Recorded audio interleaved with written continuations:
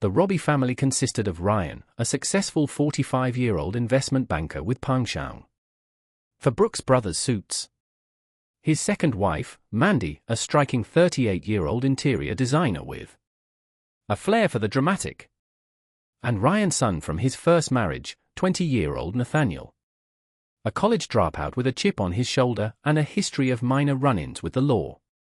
To their neighbors, the Robbies appeared to be living the American dream. Ryan's career was thriving. Mandy's design business was gaining traction among Oakdale's elite. And Nathaniel, despite his academic setbacks, seemed to be finding his footing working at a local garage. Little did anyone suspect that beneath this carefully cultivated image lay a powder keg of secrets, jealousies, and dangerous desires. Ryan Robbie's first marriage to Helena, Nathaniel's mother, had been a whirlwind romance that quickly soured. Helena, a free-spirited artist, found herself stifled by Ryan's rigid lifestyle and expectations. Their arguments, once confined to hushed whispers behind closed doors, escalated into shouting matches that echoed through their home, leaving a young Nathaniel cowering in his room. The divorce, when it came, was bitter and protracted. Helena fought for full custody, painting Ryan as a cold, neglectful father. In the end, the court granted joint custody. But the damage was done. Nathaniel, then only 10 years old at the time, was torn between two warring parents. His loyalty constantly tested. Helena's subsequent move to the West Coast for her art career left Nathaniel feeling abandoned, fueling a resentment that would smolder for years to come. Ryan threw himself into his work, climbing the corporate ladder with single-minded determination. She was at a charity gala, 3 years after his divorce, that he met Mandy Rossi. She was captivating. With her raven hair and quick wit, a breath of fresh air in Ryan's state world. Mandy saw in Ryan not just financial security, but a chance at the stable family life she'd never had, growing up in foster care.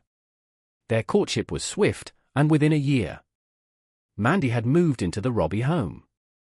Nathaniel, now 14 and in the throes of adolescent angst, viewed his new stepmother with suspicion and hostility. Mandy's attempts to bond with her stepson were met with cold indifference at best and open hostility at worst. As the years passed, the divide between Mandy and Nathaniel grew. Ryan, eager to avoid conflict, turned a blind eye to the tension, convincing himself that time would heal all wounds. Mandy, frustrated by her inability to connect with Nathaniel, gradually withdrew, focusing on her burgeoning design career and the social circles it opened up to her. Nathaniel's teenage years were marked by rebellion, skipping classes, experimenting with drugs and petty theft. Each incident widened the chasm between him and his father, with Mandy often caught in the crossfire. By the time Nathaniel grudgingly enrolled in the local community college, the Robbie home had become a battleground of unspoken grievances and simmering resentments, setting the stage for the explosive events to come. The catalyst for the Robbie family's unraveling came on a sweltering July afternoon. Nathaniel, having dropped out of college and now working as a mechanic, returned home earlier than usual, nursing a hangover. In a foul mood. The house was quiet. Ryan away on a business trip and Mandy presumably at a client meeting, seeking aspirin for his pounding headache. Nathaniel entered the master bedroom, a space he usually avoided. As he rummaged through the medicine cabinet, a buzzing sound caught his attention. Mandy's phone, forgotten on the nightstand, lit up with a new message. Perhaps it was the lingering effects of the previous night's indulgences, or simply a malicious impulse, but Nathaniel found himself reaching for the device. The message preview on the lock screen made his eyes widen.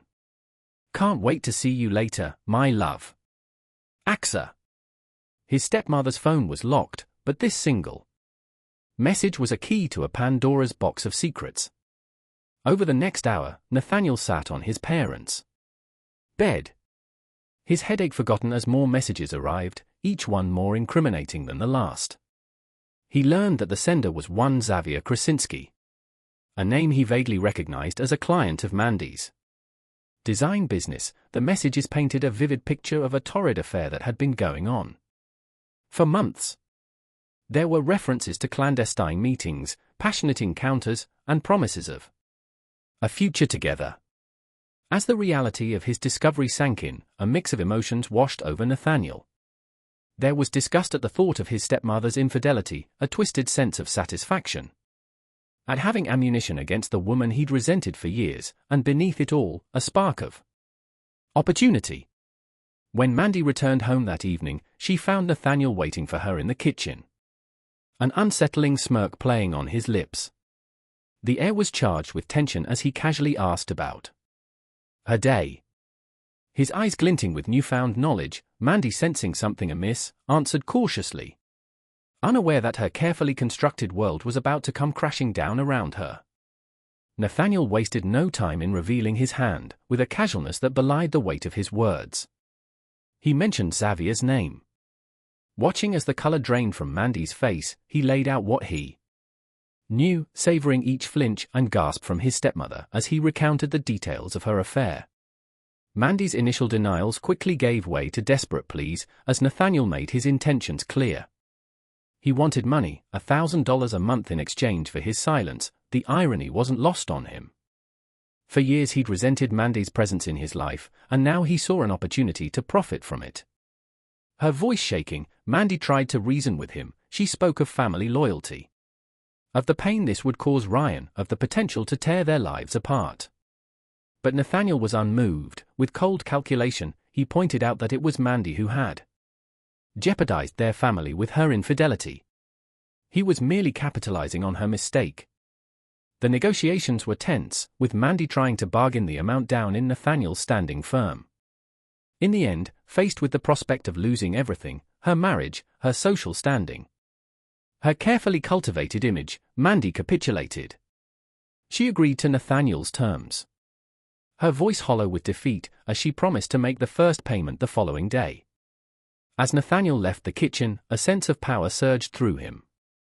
He had the upper hand for the first time in years, and he intended to make the most of it. Mandy left alone, her mind racing as she grappled with the magnitude of her predicament.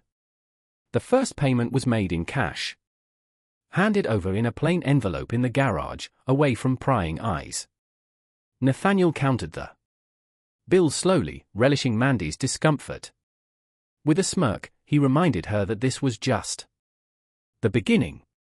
In the weeks that followed, a new dynamic took hold in the Robbie household. On the surface, little had changed. Ryan remained oblivious, absorbed in his work. But beneath the veneer of normalcy, a current of tension crackled. Mandy walked on eggshells, her once confident demeanor replaced by nervous glances and forced smiles. Nathaniel, emboldened by his newfound power, became more openly disrespectful, knowing Mandy wouldn't dare challenge him. As summer waned, the weight of her secret, and the strain of meeting Nathaniel's demands began to take their toll on Mandy. Little did she know, this was only the beginning of a nightmare that would spiral far beyond her control. As weeks turned into months, the fragile equilibrium in the Robbie home began to crumble. Nathaniel, intoxicated by his newfound power, grew bolder in his demands. The monthly payments, once a source of smug satisfaction, now seemed paltry compared to the control he wielded over his stepmother's life. It started small. Snide comments at the dinner table, thinly veiled threats disguised as innocent conversation. Nathaniel would casually mention Xavier's name in Ryan's presence. Watching Mandy's face contort with panic, before smoothly changing the subject, he reveled in her fear. In the way her hands would shake as she poured the wine, in the dark circles that began to form under her eyes, as sleepless nights took their toll. By October, the original agreement no longer sufficed. Nathaniel cornered Mandy in the laundry room, demanding an increase to $1,500 a month. When Mandy protested, citing the difficulty of explaining the withdrawals to Ryan, Nathaniel's eyes hardened. He reminded her of the photos he'd discovered on her phone. Intimate images never meant for his eyes, and how easily they could find their way to Ryan's inbox. Mandy's world was unraveling. The stress of maintaining her secret life with Xavier, coupled with Nathaniel's escalating blackmail, was pushing her to the brink. Her design business began to suffer as she missed appointments and turned in subpar work.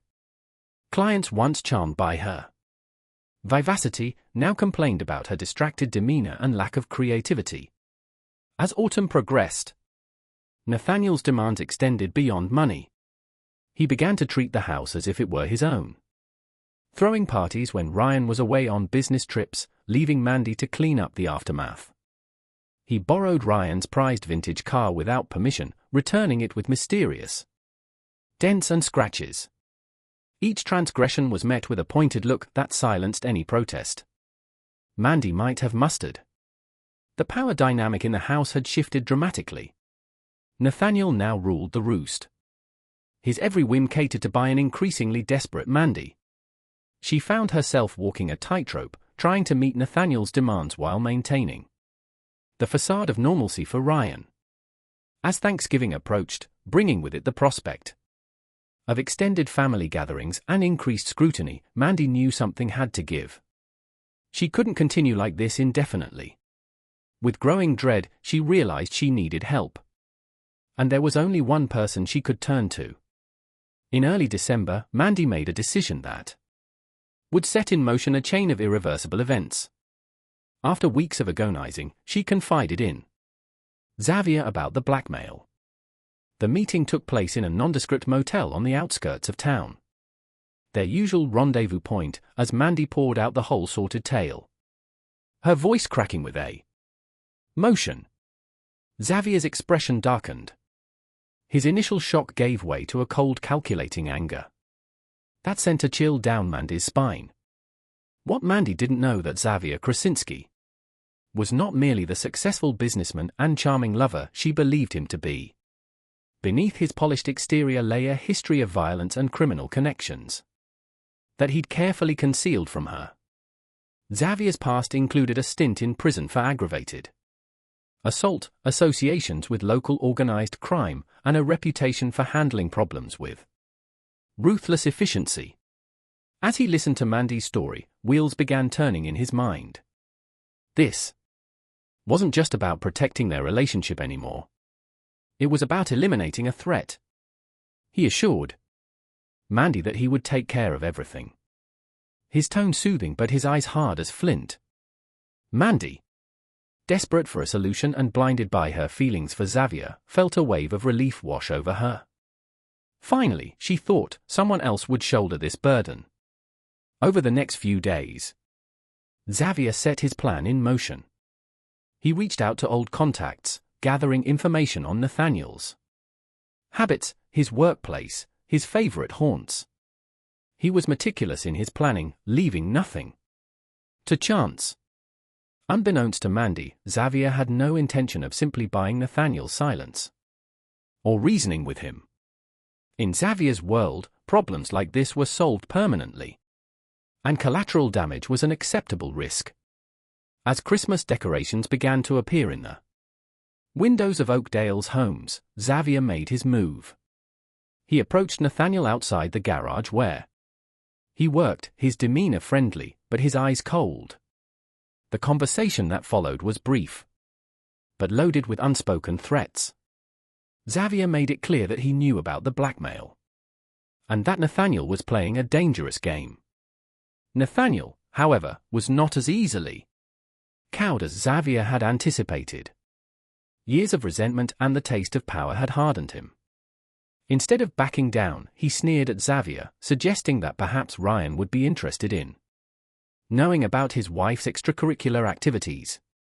As Xavier walked away, his genial mask slipping to reveal a flash of genuine anger. Both knew that the stakes had just been raised exponentially. The game was no longer just about money or secrets. It had become a battle of wills, with potentially deadly consequences.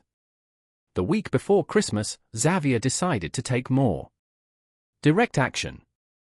His warning to Nathaniel had fallen on deaf ears, and he knew that Mandy was at her breaking point.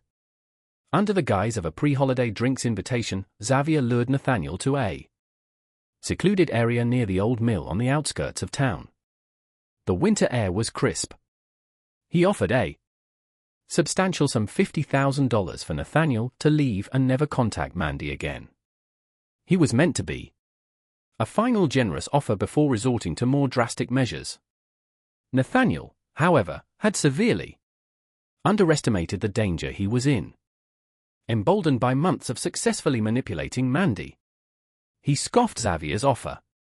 In a display of youthful arrogance, he countered with an outrageous demand. $250,000, or he'd expose both Mandy and Xavier to Ryan and the entire community. What happened next was a blur of motion and violence. Xavier, his patience exhausted, lashed out with a speed and ferocity that caught Nathaniel completely off guard. The ensuing struggle was brief, but brutal. Xavier's experience and ruthlessness quickly overwhelmed Nathaniel, leaving the younger man battered and bloodied on the frozen ground. As Nathaniel lay there tasting blood and fear for the first time, Xavier delivered a final warning. This was his last chance to walk away, to forget everything he'd seen and heard. The next time, Xavier promised, there would be no warnings, no offers, only consequences, shaken and in pain. Nathaniel stumbled home that night, his mind reeling. The reality of his situation had finally hit home. He was no longer the one in control. He was in over his head, tangled in a web far more dangerous than he'd ever imagined. For a brief moment, as he nursed his wounds in the solitude of his room, Nathaniel considered taking Xavier's advice and disappearing. But as the pain of his injuries gave way to a burning anger, his resolve hardened. He wasn't going to be intimidated. If anything, this attack had only strengthened his determination to see this through to the end, whatever that might be. As Christmas approached, the atmosphere in the Robbie home grew increasingly tense. Mandy, already stretched to her breaking point, now had to contend with Nathaniel's escalating demands and increasingly erratic behavior. The bruises from his encounter with Xavier had faded, but his anger had only intensified. Ryan, no longer able to ignore the palpable tension, began asking more pointed questions. The cracks in Mandy's carefully constructed facade were beginning to show, and she found herself struggling to maintain the illusion of normalcy. It all came to a head on Christmas Eve. The Robbies were hosting their annual holiday party, the house filled with the sounds of laughter and clinking glasses. Mandy, dressed in a stunning dress, moved among the guests with practiced ease, her smile never quite reaching her eyes. Nathaniel, sullen and nursing a whiskey in the corner, watched his stepmother with barely concealed contempt. As the night wore on and the alcohol flowed freely, his inhibitions lowered dangerously. In a moment of reckless anger, he approached Mandy as she chatted with some of Ryan's colleagues. Whispering in her ear, he demanded another payment. $5,000 this time by the end of the week. When Mandy, her face pale but composed, tried to quietly reason with him, Nathaniel's control slipped. Mandy, her heart pounding, quickly excused herself and practically dragged Nathaniel to the study. Once there, she unleashed months of pent-up fear and frustration. In hushed but intense tones, she told Nathaniel that she was done. She couldn't pay him anymore. If he wanted to tell Ryan, then so be it. She was tired of living under the weight of his threats. Nathaniel, caught off guard by her sudden defiance, lashed out verbally, threatening not just to expose her affair but to destroy her reputation, her marriage, her entire life. He stormed out of the study, leaving Mandy trembling but oddly relieved. She had finally stood up to him. Consequences be damned. As the party wound down and guests began to leave, Mandy knew she had reached a point of no return. Something had to be done, and soon. With shaking hands, she reached for her phone and sent a text. To Xavier. We need to talk, it's urgent. January 15th dawned cold and grey. A fitting backdrop for the tragedy about to unfold. Mandy had spent the week since Christmas in a state of constant anxiety, jumping at every sound, flinching every time Nathaniel entered a room. Her conversation with Xavier had been brief but intense. He had listened to her desperate pleas, his face an unreadable mask, and simply said, "I'll take care of it." Those words, which had initially brought her relief, now haunted her. What exactly did Xavier mean, as much as she wanted an end to Nathaniel's blackmail? The thought of what that end might entail filled her with dread. Nathaniel, for his part, had been unusually quiet since the Christmas Eve confrontation. He seemed to be weighing his options, unsure of how to proceed now that Mandy had called his bluff. The uncertainty only added to the suffocating tension in the house. That evening, Ryan was working late as he often did. Mandy sat in the living room, absently flipping through a magazine, her mind elsewhere. The sound of Nathaniel's car pulling into the driveway made her stiffen. She heard the front door open. His footsteps in the hall, then silenced. Upstairs, Nathaniel entered his room. His mind made up. He was done playing games. Tomorrow, he would tell his father everything. Let the chips fall where they may. He was so absorbed in his thoughts that he didn't hear the soft footsteps approaching his door. The knock, when it came, startled him, expecting Mandy. He opened the door with a sneer already forming on his lips. The sight of Xavier standing there, his expression grim, wiped the sneer away instantly. What happened next was a flurry of violence that lasted mere minutes, but would have repercussions for years to come. As Xavier forced his way into the room, closing the door behind him, words were exchanged. Threats, pleas, desperate bargaining. But Xavier hadn't come to negotiate.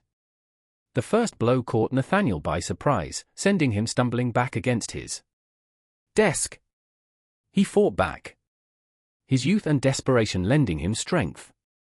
But Xavier's experience and cold determination proved too much. The struggle was brutal but brief. Downstairs, Mandy heard the muffled sounds of the fight, her heart racing. She stood at the bottom of the stairs, paralyzed by indecision and fear. A part of her knew she should intervene, call for help, do something. But another part, the part that had endured months of torment and blackmail, kept her rooted to the spot. The silence when it fell was deafening. Mandy's legs trembled as she forced herself to climb the stairs. She found Xavier standing in Nathaniel's doorway, his shirt spattered with blood, his eyes cold and empty. Behind him, she caught a glimpse of a still form on the floor and had to stifle a scream. Xavier's voice was calm, almost soothing as he guided her back downstairs. He spoke of accidents, of self-defense, of necessary evils. Mandy heard the words but couldn't process them. All she could think about was the sight of Nathaniel's lifeless body, and the knowledge that in a way she was responsible for what had happened, as Xavier methodically began to clean up, to erase the evidence of what had transpired. And Mandy sat in the kitchen, her mind reeling. The nightmare she had been living for months had just taken a turn she could never have imagined. And she knew with chilling certainty that her life would never be the same again. The hours that followed Nathaniel's death were a blur of frantic activity and cold calculation. Xavier, drawing on skills honed through years of criminal association, took charge of the situation with ruthless efficiency. Mandy, still in shock, found herself following Xavier's instructions mechanically. They cleaned the room meticulously, removing any trace of Xavier's presence. Nathaniel's body was wrapped in a tarp from the garage, then loaded into the trunk of Xavier's car under the cover of darkness. As dawn broke, Xavier drove away with grim purpose, leaving Mandy alone in the house with the impossible task of maintaining normalcy. When Ryan returned home later that morning, exhausted from his late night at the office, Mandy forced herself to greet him with a smile that felt like it might shatter her face. The day passed in a haze of mundane activities and internal panic. Mandy cooked, cleaned, and chatted with Ryan, all while her mind screamed with the knowledge of what had happened. When Ryan casually asked about Nathaniel's whereabouts, Mandy heard herself reply that he had mentioned going on a road trip with some friends. As days turned into weeks, the lie grew more elaborate. Mandy created a digital trail, sending emails from Nathaniel's account to Ryan describing fictional adventures in various cities. She fielded concerned calls from Nathaniel's workplace, spinning tales of family emergencies and extended leaves of absence. Xavier had disposed of Nathaniel's body in an abandoned quarry several hours away, weighing it down to ensure it wouldn't be found. He meticulously eliminated any evidence that could connect them to Nathaniel's disappearance. For a while, it seemed their hastily constructed cover-up might hold. Life in Oakdale continued, with only a ripple of concern about Nathaniel's prolonged absence. But as winter gave way to spring, and Nathaniel's silence stretched on, questions began to multiply. Ryan's initial unconcern turned to worry, then to suspicion. Mandy found herself trapped in a web of lies that grew more complex and fragile with each passing day, knowing that it was only a matter of time before everything unraveled. Detective Sandra Sloan had seen her fair share of missing persons cases in her 15 years with the Oakdale Police Department, but something about Nathaniel Robbie's disappearance nagged at her from the start. The pieces didn't quite fit. The sudden departure, the sporadic communication, the lack of financial activity. A spring bloomed in Oakdale. Detective Sloan dug deeper into the Robbie family dynamics. She interviewed friends, colleagues, and neighbors, slowly piecing together a picture of a household fraught with tension. Some more she learned, the more her suspicions grew. Ryan Robbie, initially reluctant to involve the police, became an increasingly vocal advocate for finding his son. His faith in Mandy's explanations had begun to waver, and he pressed for a more thorough investigation. This pressure, combined with Detective Sloan's relentless pursuit of the truth, began to expose the cracks in Mandy's carefully constructed narrative. The breakthrough came in late April, when one of Nathaniel's co-workers at the garage came forward with crucial information. He recalled overhearing a heated argument between Nathaniel and Mandy just before Christmas, with mentions of money and threats. This revelation shifted the entire focus of the investigation. Detective Sloan brought Mandy in for questioning, subjecting her to hours of intense interrogation. Mandy, worn down by months of guilt and fear, began to falter. Her story, once seamless, now showed inconsistencies. She stumbled over dates, contradicted her earlier statements, and grew visibly agitated when pressed about her relationship with Nathaniel. As Mandy's composure crumbled, Detective Sloan sensed she was on the verge of a breakthrough. She decided to take a risk.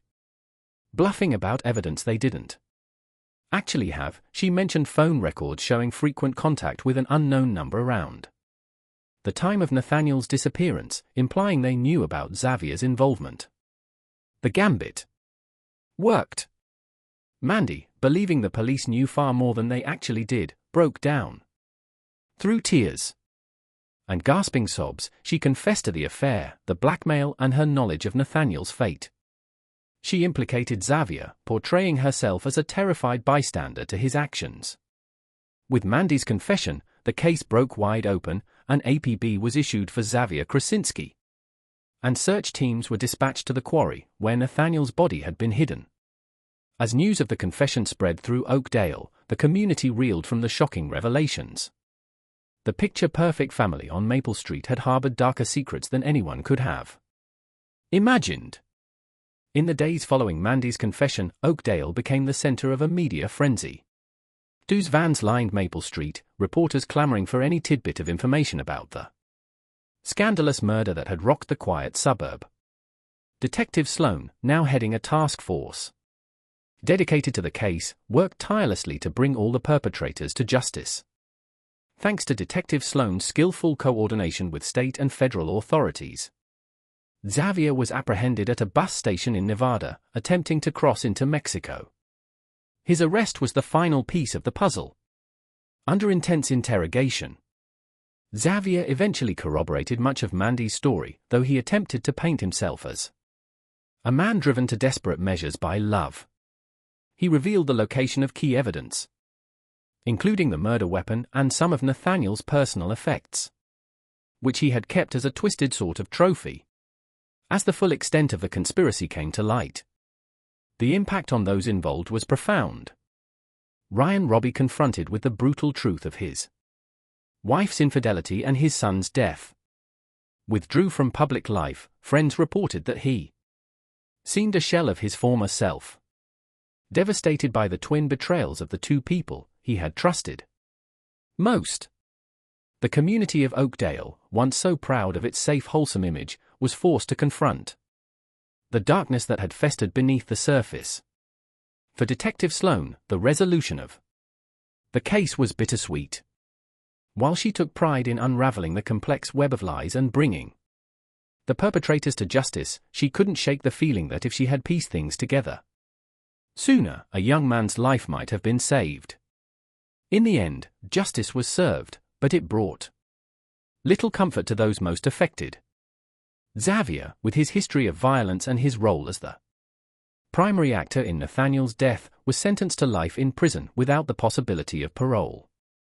Mandy, despite her attempts to paint herself as a victim of circumstance, was found guilty of conspiracy and accessory to murder. She received a 25-year sentence, with the possibility of parole after 15 years. Ryan Robbie, a broken man, sold the family home in left Oakdale.